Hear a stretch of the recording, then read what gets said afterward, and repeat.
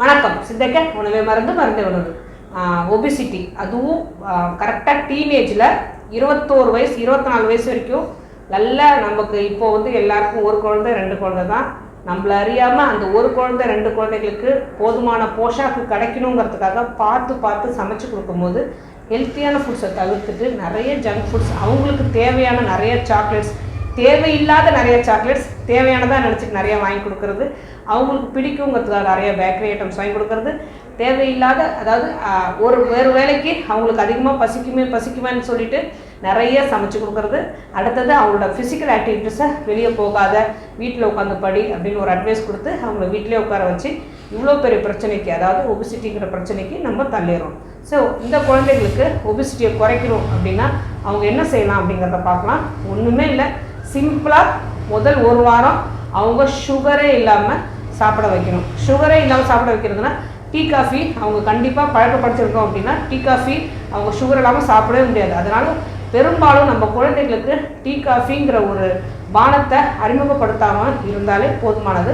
அதேமாரி வெளியே விற்கிற எந்த ஜூஸ் பேக்கெட்டும் சரி வாங்கி கொடுக்காம இருக்கணும் முதல் ஒரு வாரத்துக்கு. அதேமாரி சுகரை மறைமுகமாக, அதாவது ஜூஸ்லேருந்து வர சுகர் இருக்கும், சாக்லேட்டில் சுகர் இருக்கும், ஒரு சின்ன அதாவது ஒரு ஸ்வீட்டில் சுகர் இருக்கும், வீட்டில் வெல்லமும் ரொம்ப யூஸ் பண்ணாமல் இந்த ஒரு வாரத்துக்கு டோட்டலி அவங்களோட சுகர் இல்லாமல் பார்த்துக்கிட்டோம் அப்படின்னாலே இந்த ஒரு வாரத்தில் 1 கிலோலேருந்து 2 கிலோ தாராளமாக குழந்தைகள் கம்மி பண்ண ஆரம்பிப்பாங்க. அப்புறம் ஒரு 2 நாள் விட்டுட்டு திரும்பவும் இன்னொரு வாரத்துக்கு திரும்பவும் இதை செய்ய ஆரம்பிக்கணும். மாதத்துக்கு ஒரு வாரம், ஒவ்வொரு மாதமும் ஒரு வாரம் சுகர் ஃப்ரீ வீக்காக அவங்கள கன்சிடர் பண்ண சொல்லி மெதுவாக அவங்க ஒபிசிட்டியை கொஞ்சம் கொஞ்சமாக குறைச்சிட்டு வரலாம்.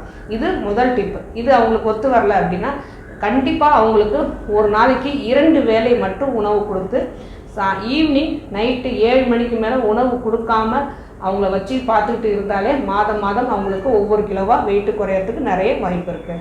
சுகர் ஃப்ரீ இருக்கணும் அப்படின்னு சொல்லிட்டோம், 7 மணிக்கு மேலே சாப்பிடக்கூடாதுன்னு சொல்லிட்டோம், ஒரு நாளைக்கு 2 வேளை உணவு மட்டும் நல்லா சாப்பிட்லான்னு சொல்லிட்டோம். என்ன நினைக்கிறாங்களோ அவங்க சாப்பிட்லாம், ஆனால் சுகர் ஃப்ரீ, அதாவது சுகர் இல்லாத உணவு அவங்க சாப்பிட்லாம். அடுத்தது இந்த சுகர் ஃப்ரீ ஒரு வீக் விட்டுட்டு அவங்க மாதத்துக்கு ஒரு வாரம் தான் இருக்காங்க அப்படிங்கிறதால சுகர் இல்லாத வாரமாக அதை எடுத்துக்கலாம். ஆனால் மீதி நாட்கள் கண்டிப்பாக 2 வேளை மட்டும்தான் உணவு சாப்பிட்டு இரவு 7 மணிக்கு மேலே எதுவுமே சாப்பிடாம அவங்க பார்த்துக்கணும். அடுத்தது நிறைய உப்பு புளி காரம் சேர்க்காம, ஆயில் ஃபுட்ஸ் சேர்க்காம ஹெல்த்தியான ஃபுட்ஸை கொஞ்சம் கொஞ்சமாக இன்ட்ரடியூஸ் பண்ண ஆரம்பிக்கணும்.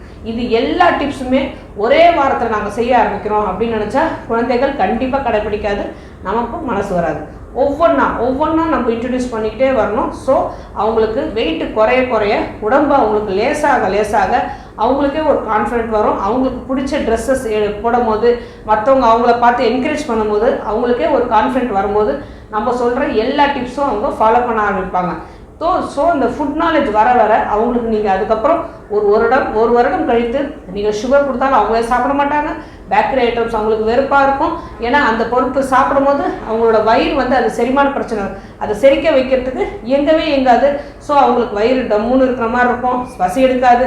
ஸோ இதெல்லாம் நமக்கு தேவையில்லை, நம்ம முதல்ல சாப்பிட்ட ஒரு டயட்டே, அதாவது ஹெல்த்தி டயட்டே நமக்கு போதுமானது அப்படிங்கிறது அவங்க உடம்பே அவங்களுக்கு உணர்த்த வைக்கும். இந்த மாதிரி அவங்கள கொஞ்சம் கொஞ்சமாக மாற்றிக்கிட்டே வந்தோம் அப்படின்னா இந்த தேவையில்லாத உடம்பு பெருத்தல், அதாவது உடல் பருமன், அது வந்து பெரிய பிரச்சனையாக அவங்களுக்கு இருக்காது. ஸோ இந்த உடல் பருத்துக்கிட்டே இருக்கும்போது அவங்களோட படிப்பும் கொஞ்சம் கொஞ்சமாக பாதிக்கப்படும்.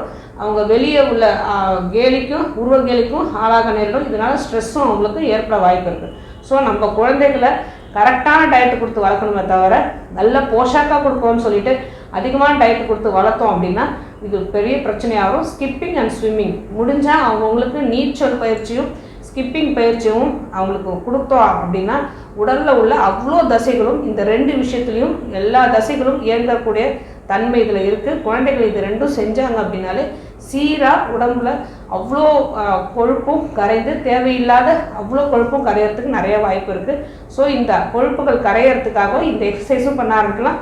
ஏன்னா இதை வந்து உடம்பு குறையணும் அப்படிங்கிறதுக்காக வேறு ஏதாவது மாற்று வழி நீங்கள் யோசிச்சிங்க அப்படின்னா எவ்வளோ சீக்கிரம் உடம்பு குறையுதோ அவ்வளோ சீக்கிரம் அந்த டபுள் பங்கு வந்து உடம்பு ஏற ஆரம்பிச்சிடும். ஏன்னா ஃபேட் இருந்த இடத்துல செயற்கை முறையில் அந்த ஃபேட்டை எல்லாத்தையும் வெளியே எடுத்துக்கிட்டீங்கன்னு வச்சுக்கோங்களேன், அந்த இடம் எல்லாமே காலியாக இருக்கும். நீங்கள் சாப்பிட்ற சாப்பாடு கண்டிப்பாக உடனே ஃபேட்டாக மாதிரி அந்த இடத்துல போய் உட்காந்துக்கும்.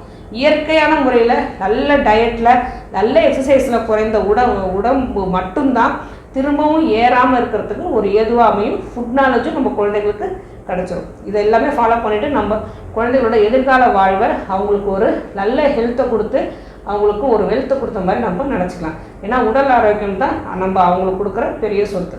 ஆரோக்கியமாக வாழணும். வேறு எதை பற்றி பேசணும்னு நீங்கள் நினச்சாலும் சரி, தாராளமாக கமெண்ட் பண்ணுங்கள். உங்களுக்கு எந்த நோயாக இருந்தாலும் சித்தா கேரை அணுகுங்க.